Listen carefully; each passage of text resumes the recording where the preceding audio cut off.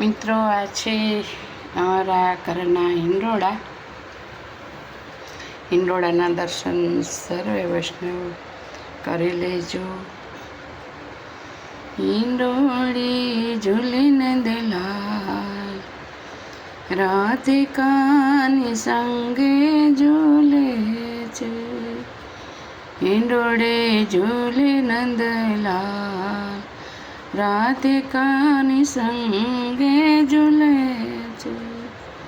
કદમની ડાળે બાંધ્યો હિંડોળો, કદમની ડાળે બાંધ્યો હિંડોળો, ઝૂલાવે વ્રજની નાર.